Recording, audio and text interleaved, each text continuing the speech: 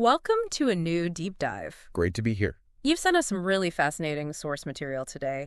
It's all about how Americans really talk, at speed. Yeah. And our mission really is to unpack the core insights hiding in there. Exactly. So today's deep dive gets into something super important but maybe often overlooked. It's about spoken American English. Specifically, how sounds change, how they blend together in fast, casual speech. In the source material, it really zeroes in on one thing in particular. The T sound. Or maybe, like you said, the lack of a T sound sometimes. Right. People call it T reduction. And, well, understanding it feels like getting a secret key, doesn't it? To unlocking that fast, native kind of speech. It really does. So the goal here is figuring out why you hear things like wanna instead of want to. Or gotta instead of got to. Exactly. And what that tells us about the actual rhythm and flow of the language. Think of it like getting a peek under the hood of just, everyday conversation. We're going to explore what these reductions are, look at the specific examples your material provides, and see how they kind of come together to create that natural music of spoken American English. It's honestly pretty transformative once you start hearing it. Okay, let's dive in. Let's do it. So the source material, it kicks off by defining this core idea, T reduction. Yeah. It's basically the tendency in fast American speech to not pronounce a full, crisp T sound. Right. And what's really interesting is why that happens. Okay. It's often about making speech easier, faster to produce. For example, that T sound, especially when it's between vowel sounds or maybe before certain consonants. It can transform. Right. Think about how your mouth actually moves from one sound to the next. Sometimes skipping that full T is just, it's more efficient when you're talking fast. Like the source points out, you see this clearly in some incredibly common phrases. Want to becomes wanta. Yep. Got to transforms into gotta. And it's not just limited to. The source also gives us examples like, maybe shrinking down to lemmy. Oh, yeah. Or don't know becoming don't know. Heard that one a lot. And what are you blending into what a? Right. These aren't like lazy speech patterns, are they? Not at all. They're just natural sound changes that happen when you speed things up. Part of the language evolving for efficiency. It's almost like words are collapsing into each other for speed. Pretty much. The source even shows that idea of a transition, How so? Like saying want to really slowly keeps the T nice and clear. Yeah. But as you speed it up, want to. It naturally shifts until you get wanna. Ah, okay. So it's not like a sudden jump. Exactly. It's more of a spectrum, depending on speed and how much things blend. Okay, let's zoom in on some of the big ones from the material, starting with wanna. Good place to start. As we said, this replaces want to. And the source, well, it gives some great sentences, really shows it in context. Hearing it in a phrase makes such a difference, right? Totally. You'll definitely hear someone say, I want to eat. Yep. Or in a question like, do you want to come? And it even shows up in negative sentences, which is important. She doesn't want to wait. Right. So it's not just positive statements. No. And it works with other subjects, too, like they want to win or we want to leave early. Yeah. All perfectly natural. I remember when I first started really noticing these. Yeah. It felt like suddenly I could understand fast conversations way better. It clicks, doesn't it? Yeah. The source combines these into a little paragraph example, which kind of helps you feel the flow. Oh, yeah. Read that bit. It goes, we want to eat something now. Do you want to join us? I don't want to wait too long. Sounds totally normal, right? Just everyday chat. Absolutely. Okay, another huge one. Gotta. Ah, yes, gotta.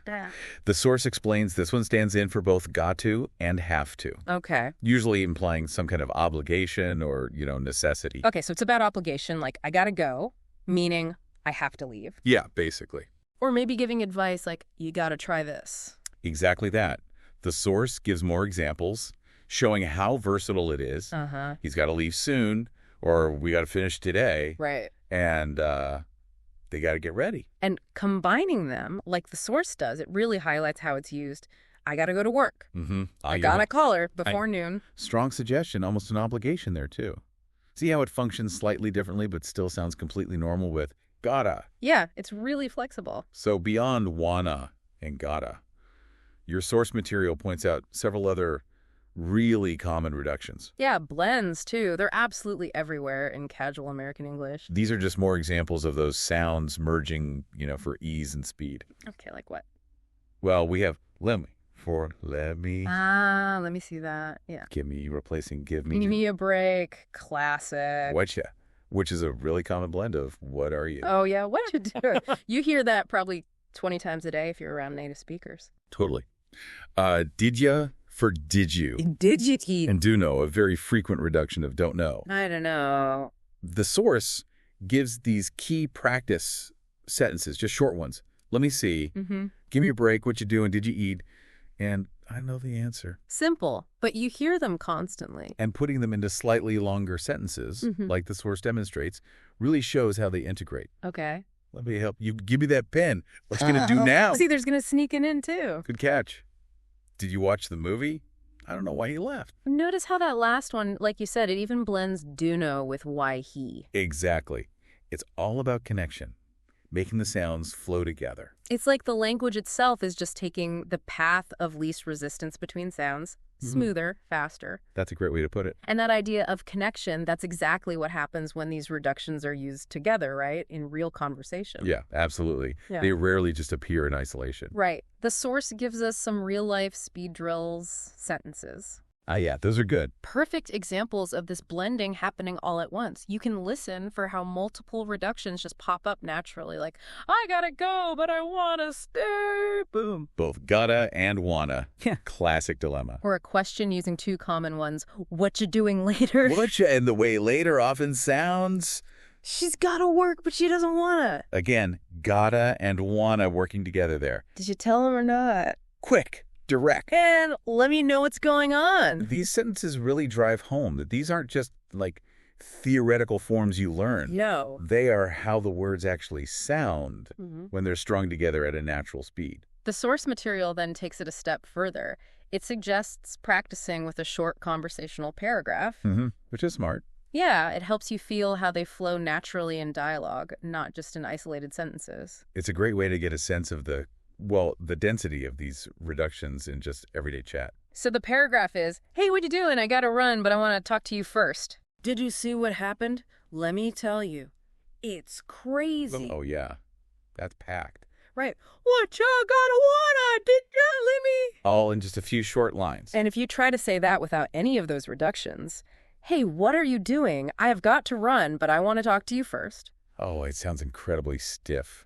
Robotic, almost. Totally unnatural. Which brings us to a really fundamental insight from the source material. Okay. Native American English. Yeah. It isn't just about the individual words you choose. Right. It's deeply tied to flow, to musicality. Yes.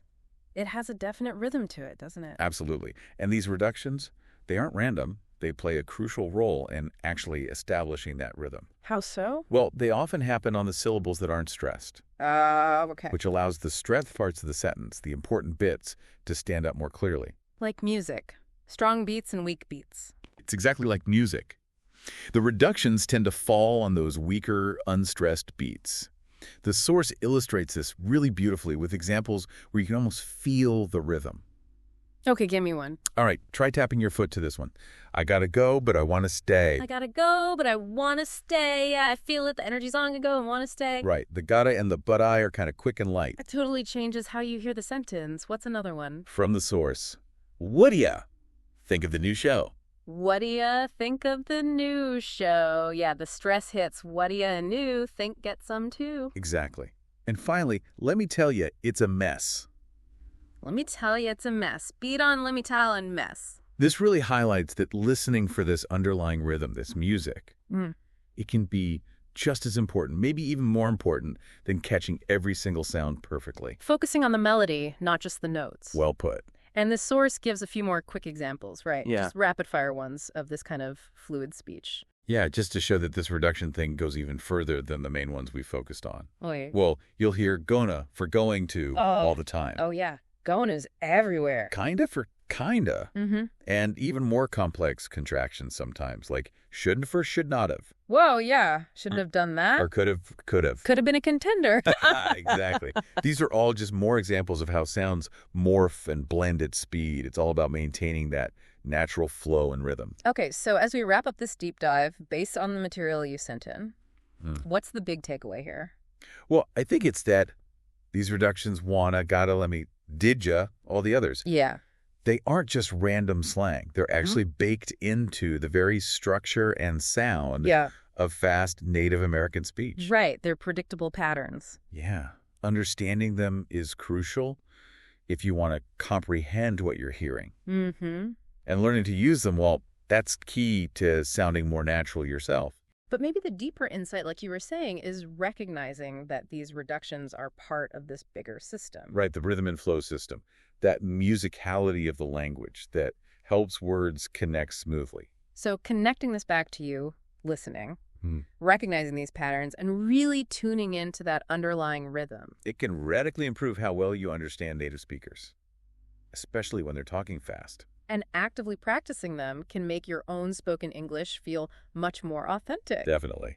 Less like you're reading from a textbook. Yeah. So your source material gives some excellent concrete next steps. Basically homework. Huh. Good homework, though. What's the first one? One is active listening through shadowing. Shadowing. Yeah, like try copying native speakers, find videos or podcasts, listen to a short bit, and then immediately try to say it exactly like they did. Focusing on their rhythm and how they blend the sounds. Precisely. Don't worry about perfection. Just mimic the flow. Okay, that makes sense. What else? Another practical tip is to record yourself. Oh, brave. Yeah. But useful. Practice the sentences and paragraphs from the source material, the ones with wanna, gotta, etc. And listen back. Yeah. Hearing yourself speak these reductions can help you spot where you might still be using a full T or maybe missing a blend that should be there. Self-correction. Got it. And maybe the most crucial one, actively focus on speaking with rhythm and flow. Not just inserting the words wanna or gotta. Exactly. Don't just swap words. Try to feel the beat of the sentence like we practiced. Let the reductions happen naturally on the unstressed parts, just like native speakers do. Feel the music. Feel the music. All right, so to leave you with a final thought, drawing from the source material. Think about this. These seemingly small changes, right? These missing T's, these blended sounds, they don't just shorten words. They fundamentally change the whole texture, the musicality of American English. Yeah, that's a good way to put it. Turning these separate, distinct words into more of a flowing stream of sound. So how does simply listening for this music, the rhythm, the beat, how does that change the way you hear native speakers? Does it shift your focus away from catching every single tiny sound? And more towards hearing the overall song of the language. Exactly, something to think about.